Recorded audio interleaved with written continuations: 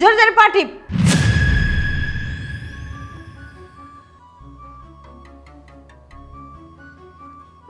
এই বুড়ি, এই তুই কি আমার সাথে ফাইজলামি করতেছিস?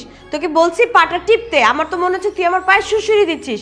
ঠিকঠাক মতো কাজ না করলে আমি তোকে সকালে কি বলেছিলাম যে তোকে আমি বাসা থেকে লাথি মেরে বের করে দিব, তুই সেটাই ডিজার্ভ করিস।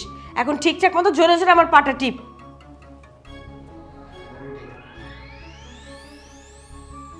এর জন্যই না আমি এইসব বুড়ি মানুষ কাজে রাখতে চাই না। কি ব্যাপার, তুমি আজকে ওনার গায়ে হাত তুলছো? হ্যাঁ, হাত তুলবো না তো কি করবো? ওনাকে টাকা দিয়ে রেখেছি, যখন যেটা করতে বলবো উনি তো সেটাই করবে। বলেছি একটু পাটা টিপে দেন, না ওনার হাতে মনে হয় মেহেন্দি পড়েছে, পাটাই টিপতে পারছে না। পা টিপাচ্ছ তাই না? সে তোমার মায়ের সমতুল্য, তুমি তাকে দিয়ে পা টিপাচ্ছ, লজ্জা লাগে না তোমার? তাতে সমস্যা কি? আর একজন বুড়ি, একটা কাজের মহিলার জন্য তুমি আমার গায়ে হাত তুললে? তুমি আর একটা কথা বলবে না, তুমি দিন দিন বেয়াদব হয়ে যাচ্ছ। বেয়াদব হওয়ার কি আছে? ওনাকে আমি টাকা